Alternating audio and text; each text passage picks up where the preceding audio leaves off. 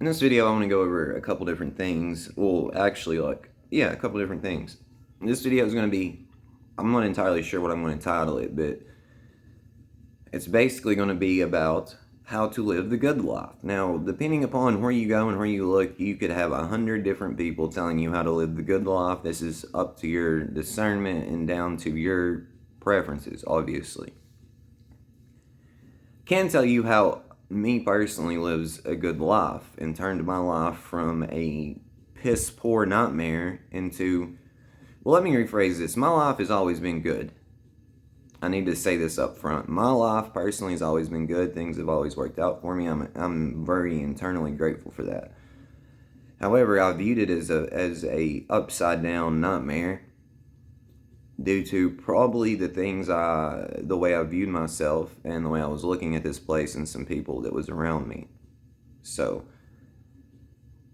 it's very unfortunate. However, I was able to flip that and live a good life. So I'm going to tell you how to do that. Or not necessarily how to do it, but what to do, and I guess how to do it. So before I get into that, though, I do want to say there's been a lot of new subscribers and a lot of new viewers. Thank you. I cannot say this enough. Thank you. I am revamping this channel, taking it not necessarily in a new direction, but being more consistent with it. And I do want to reach more people with my message. So thank you. If you're not familiar with me and you've only seen me for certain videos, the main things I go over is motivation, the human mind, psychology, love, magic, God. I go over substances such as psychedelics, etc. You're more than likely watching me due to a video on mental illness, motivation, or a substance.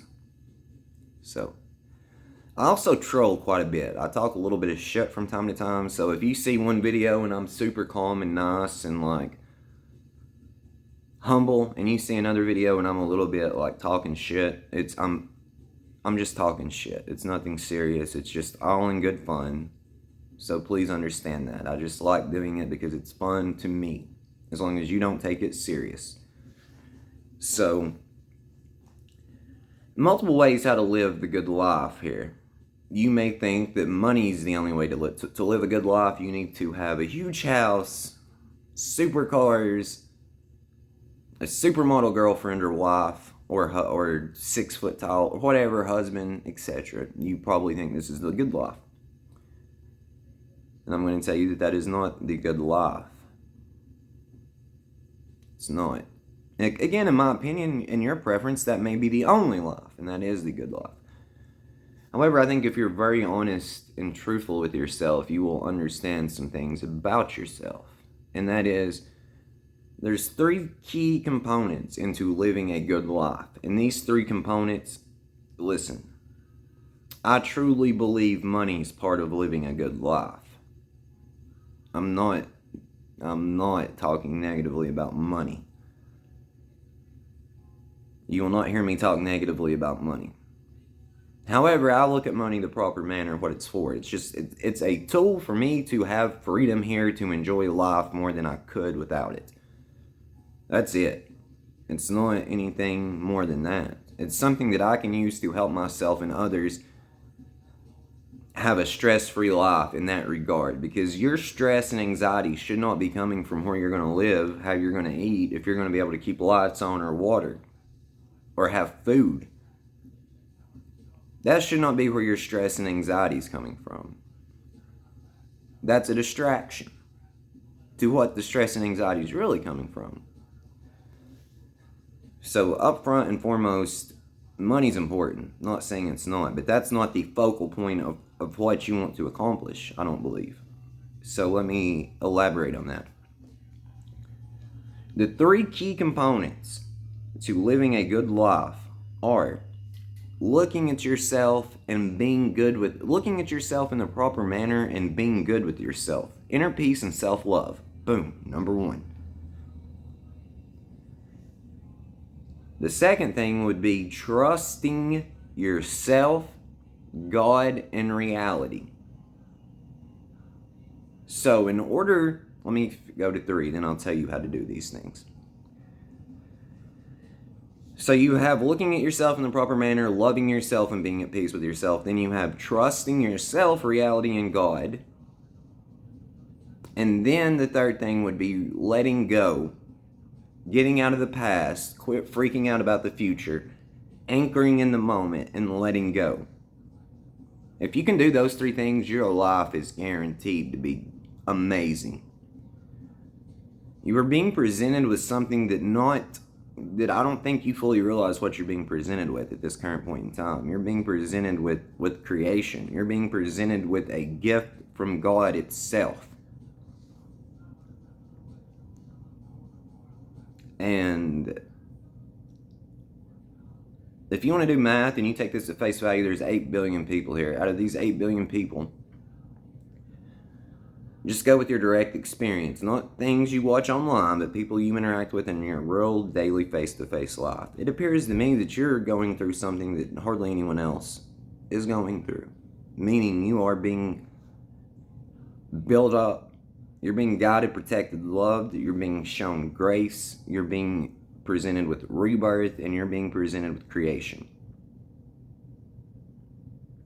So that is some amazing things that should not be taken for granted or taken lightly by any means. So now let me explain to you how to achieve these things. For one, being at peace with yourself and loving yourself and looking at yourself in the proper manner. One, you have to take an honest, hard look at yourself in your life and things that you did. And don't make excuses. Don't run from it. Do not make excuses or run from yourself or your behavior or your actions. Own it. Understand why you did that. Why you behaved that way. Why you did certain things. Whether you had addiction problems. Whether you kind of was an asshole. Whether you said or did things you regret. Set with that. Own it. Understand why you did it, then forgive yourself and let it go. Forgiveness is a huge key component in finding peace with yourself. Forgiveness. You have to forgive yourself. Then, while understanding why you did and behaved and acted the way you did, you will then understand and see why people act the way they act and behave. Then you will see it's a no-fault game. Instant forgiveness, you can let it go. Abracadabra, that's one. The second part with trusting reality and God and yourself, but let's go back to one first, because once you have done this and you've evaluated these things, you've forgiven yourself and you let it go, what you will see is you have contributed far, far, far, far more good than bad.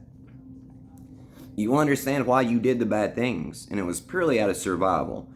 It was due to a character you created that you thought you needed to survive here and get by. Number 2, trusting God, reality, and yourself. Take a long, hard look at your life. Have things always worked out for you? Has things always kind of went your way? Have you kind of always got what you wanted?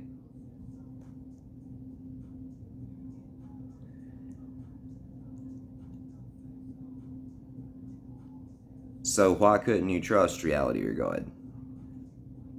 So most people's holdups, my holdup was, I was focusing on the negative far more than the positive. I was focusing on things that I could have controlled and prevented. The people I was hanging around, things I was putting into my body, places I would go. Content I would consume and watch. So, with doing these things, it led me to love myself, forgive myself, get at peace with myself, and I noticed that I could trust reality and God. That God was helping me. God had my best interest at heart, and God was guiding me, and God showed me way more fucking grace than I deserved. I acted ridiculous at times. I was immature. I was incredibly selfish. Through fits, was very demanding, wanted control.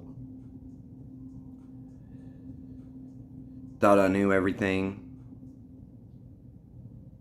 So I was shown a lot of grace. And for that, I'm, again, eternally grateful. So, these things are incredibly important for reality, especially forgiveness. And then let's go into staying in the moment. Now, if you are able to realize these things and you can forgive yourself, you can trust yourself, you can trust God in reality, and you're looking at yourself in the proper manner, some things should have been taking place. And then you'll realize that more so than not, your mind is staying in the current moment without stressing out about the future or the past. So you are in the moment. Anchor in that moment and let it go. Let the story that you were telling yourself about yourself in reality go. Abracadabra, you have returned to a state of childlike wonder. Now, from this state of childlike wonder, slowly this will build until the beat builds and we drop it. So, enjoy that build up and say thank you when that hits, because, dude, it's about to hit. I want you to understand something. This could have already happened. I believe you're afraid of success. I believe you probably got comfortable in hell to a degree, and